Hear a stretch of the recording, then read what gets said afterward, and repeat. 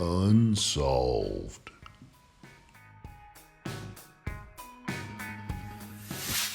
Zodiac Killer case, witnesses.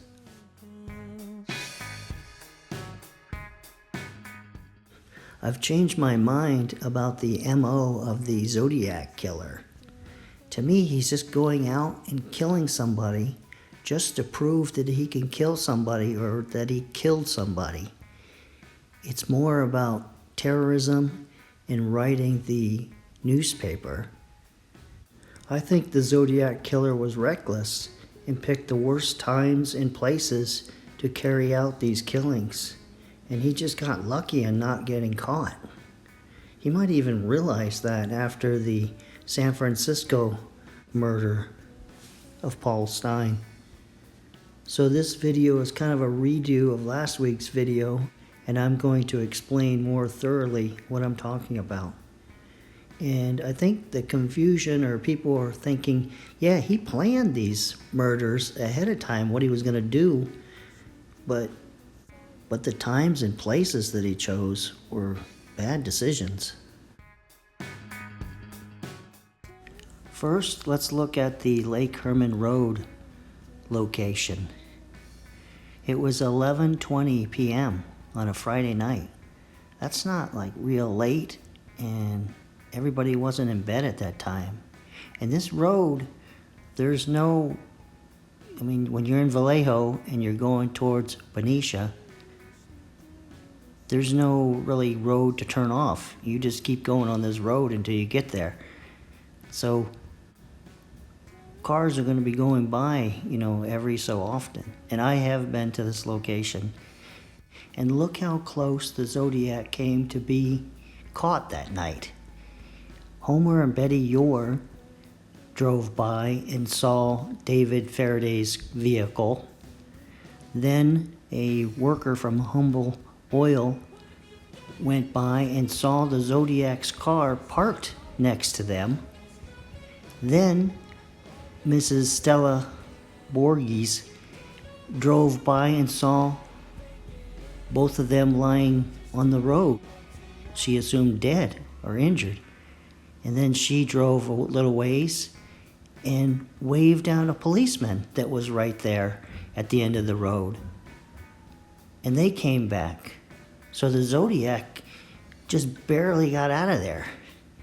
Probably the only reason that he got away with that is because he went back to Vallejo while Stella, she drove to Berryessa and met the police, and they came back from that direction. The second crime on July 4th, 1969, on a Friday night at midnight, there were all kinds of people out. It's a horrible day to go out and kill somebody. And again, there were 3 teenagers there in the parking lot before the Zodiac arrived. And then when they left, and then the Zodiac shot Michael and Darlene. Then George Bryant could not see it, but he heard what happened. And so if he would have got up and looked out the window, or was looking out the window, he would have saw there's the car. Then 30 or 40 minutes later, the Zodiac goes to a payphone in Plainview and calls the police. And then, unbeknownst to him, he hangs up, and then the phone rings back.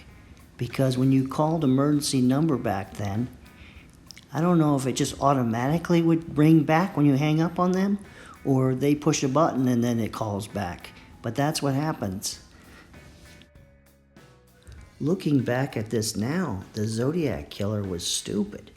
Calling the police 30 or 40 minutes after the crime on 4th of July night, this gave the police time to know that there was a shooting, an attempted murder of 2 people, and there were extra police out. At Lake Berryessa, it's Saturday at 6:40 p.m. This is a place where people go. Now, it is isolated out there, but again, it's on one of these roads where you're either heading north on that road or heading south. There's places to turn off, but, there's no other road, parallel road to this road. So if you're traveling north, you're going to see the Zodiac's car at that time. Not only that, the car was not parked next to the side of the lake like you see in some movies. Brian and Cecilia had to walk some distance to get to where they, laid out the blanket and all that. So the Zodiac Killer had to do the same thing. So it's very possible that somebody did drive by and saw the Zodiac's car or the Zodiac, but they just had no idea.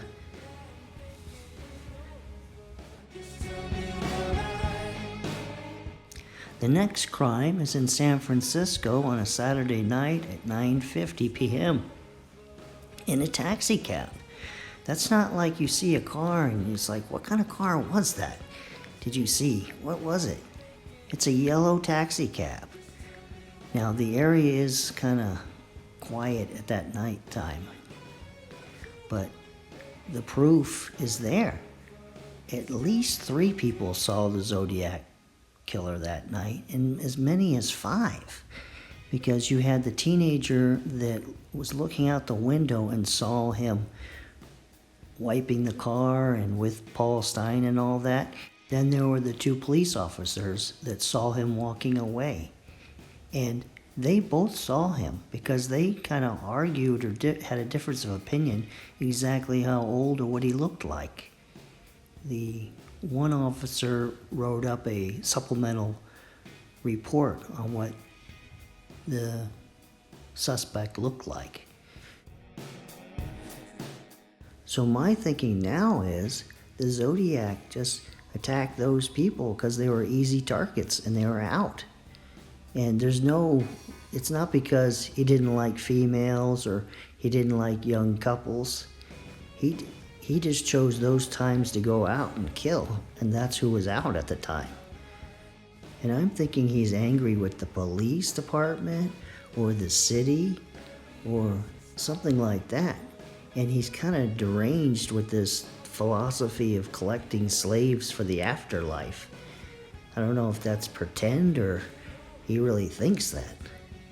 And one possible idea is it's somebody from the Jim Jones cult, the People's Temple, because they were active in that area at that time, and they left for Guyana like in 1978 or 79. So that might explain where this guy went or what happened to him. Please subscribe to my channel. Thank you.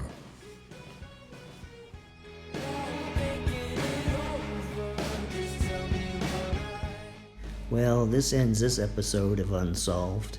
And next week on this case, the Zodiac Killer case, I'm either going to be looking at those code symbols or I'm going to be looking at the Jim Jones cult and see if there's anybody in that organization at that time that could be a suspect or could be the Zodiac, more precisely.